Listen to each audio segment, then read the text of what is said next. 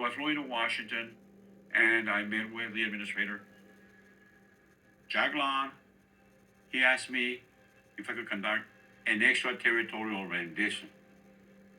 I looked at him like I'm kind of dumb, and I said, "What's that?" He kind of smiled and he laughed a little bit. He goes, "A kidnapping." Well, yeah, I can do that. And he's kind of really taking his time, just looking at me. Not saying much. Says, "What do you want, kid? What do you want me to get?" He says, "Can you get that doctor for me?" I said, "Humberto Machine?" Humberto Alvarez Machine was the physician to the drug cartel. When the drug cartel leaders would party, they party hard. It's not just a 3-hour party. They would party every day for a week. And it was not uncommon for someone at one of these big parties to overdose. So they would have a physician present to assist that person. So fast forward, Agent Camarena is kidnapped. He's put in this small room, the house at 881 Lope de Vega. He is beaten. He is tortured. And the body can only take so much, so he would lapse into unconsciousness. Humberto Alvarez Machine was brought in, and he would administer medication to Camarena to revive him so the torture could continue.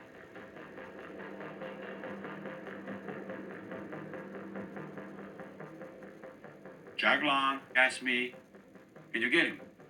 "Absolutely, I can get him. He's easy. Why don't we go after some bigger fish?" He said, No. Goes like that. "How would you do it?" "How would I do it? I'd hire the Mexicans to do it. I hire comandantes to do it. Pay money the way the traffickers do. Pay him money. They'll kidnap the president for the right amount of money." "How much would he cost?"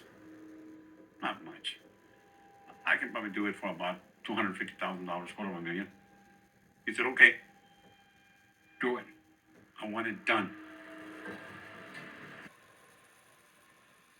Cuando le dijimos a Héctor, usted lo van a pagar con esta investigación. Dice, ¿por qué? Le dije, porque aquí está metida la CIA y la DEA. Están aludidos con los narcos de allá y con los políticos y con el gobierno mexicano. Él de momento no nos creyó. Dijo, no. Entonces fue cuando te digo que se enojó. Del paro, ni madre, cabrones, aquí no es México. Y aquí caiga quien caiga. Si el mismo presidente está metido en esto, a ese mismo me lo voy a chingar. No, güey. Sí, pues, si tú lo dices.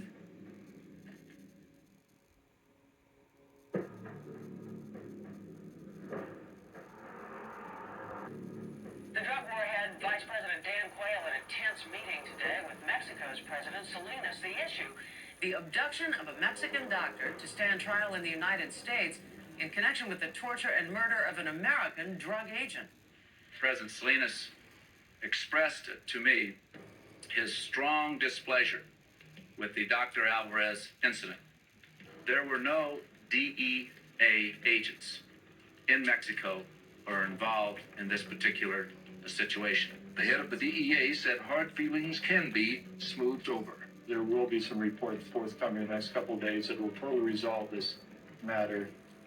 Next thing I know, I'm under investigation myself.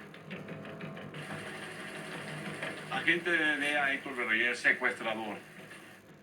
Kidnapped a doctor without headquarters knowledge or authorization. Wanted man. I was there. I was the lead prosecutor. We did our job. We followed the rules, followed the law. So anything that happened in this case, including kidnappings of bad guys from foreign jurisdictions, was entirely authorized by the American government. I want to be very clear about that, because that's how it all came down. Dr. Humberto Alvarez Machine was released last week by a federal judge. After the judge's ruling, Dr. Alvarez broke down and cried. He hugged and thanked his lawyers. Then the plane that belonged to the Mexican Attorney General flew to Los Angeles, and picked up Machine and flew him back to Mexico. He was treated like a hero. Next day was a David and Goliath story in Mexico. Then he beat the case in the United States. He beat Goliath.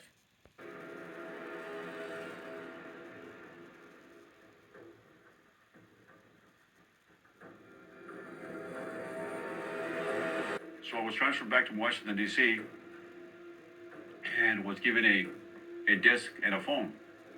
Really no job, not real serious job. And they said, this is where you're going to work in D.C. We don't want you contacting any of your sources. No more contact with your witnesses. So here I am. I don't know what's going to happen to me, and I'm very fearful. I'm not fearful that the traffic is going to kill me. I'm fearful that my own government is going to kill me. Did Hector know too much? Yes. Hector, to this day, knows too much.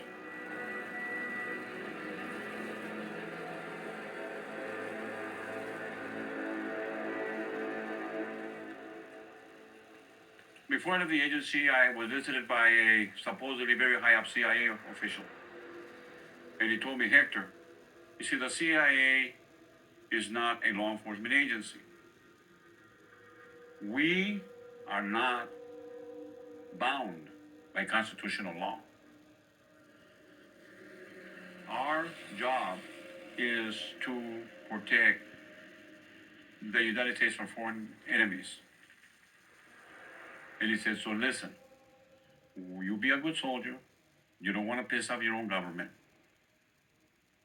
Just keep all this stuff about the CIA bringing in drugs, the CIA, being complicit in Kiki's murder that you allege. You can't prove it anyway. So you might as well just keep it all quiet. Have a nice life. Enjoy your retirement. Because remember, if you upset this government, you still have that war in Mexico. You might find yourself in a Mexican prison and you know you won't last a week there. So if I was you, none is the word. That's all I have to say to you. And I said, thank you, have a nice day.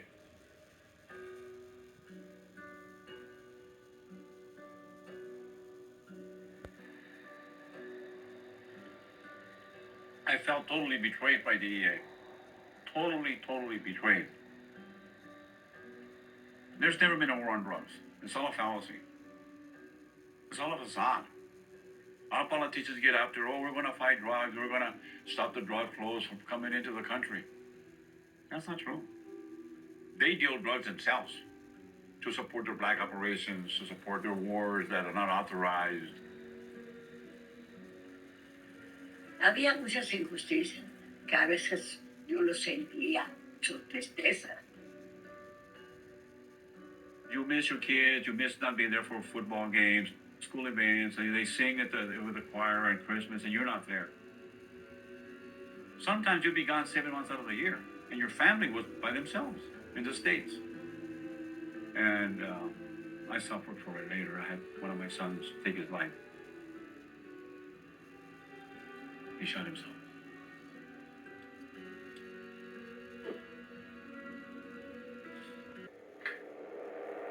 ¿Qué me estaba comentando acerca del fantasma de Camarena?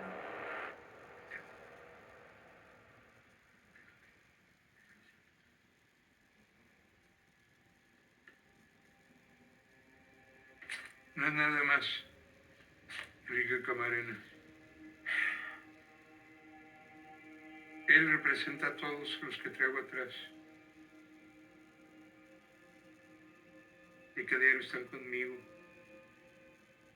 Diario lo siento toda su energía. Aquí ya lo tenemos a un lado. Y atrás de él están varias almas descarnadas, pidiendo la justicia divina del Señor.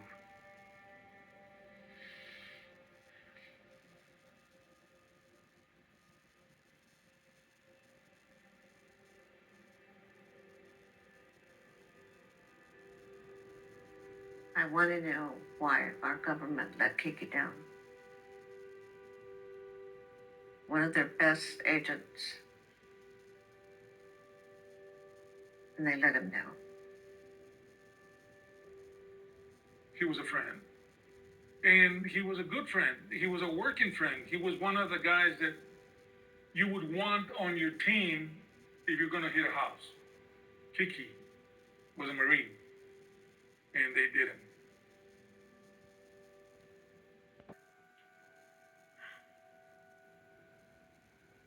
Of the torture, the guy didn't have a chance.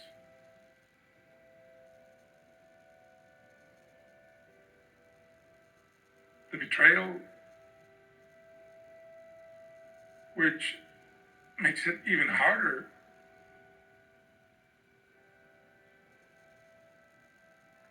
to comprehend. I can't believe it. I can't believe this really happened. But it did. It did happen. Why are you talking now? Well, now I'm talking because the war in Mexico has expired. They can't send me to Mexico anymore. I'm getting older, and I've had this little thorn in my heart, knowing the truth about really having a Kiki. I want the world to know the truth. It's time. I don't want to carry this to the grave with me. And now if they kill me, well, okay, I've had a great life. And they might still kill me. I am not going to quit this. I'm going to be on this crusade. I'm putting out the true story till I die. And if I die doing it, well, that's what God wanted.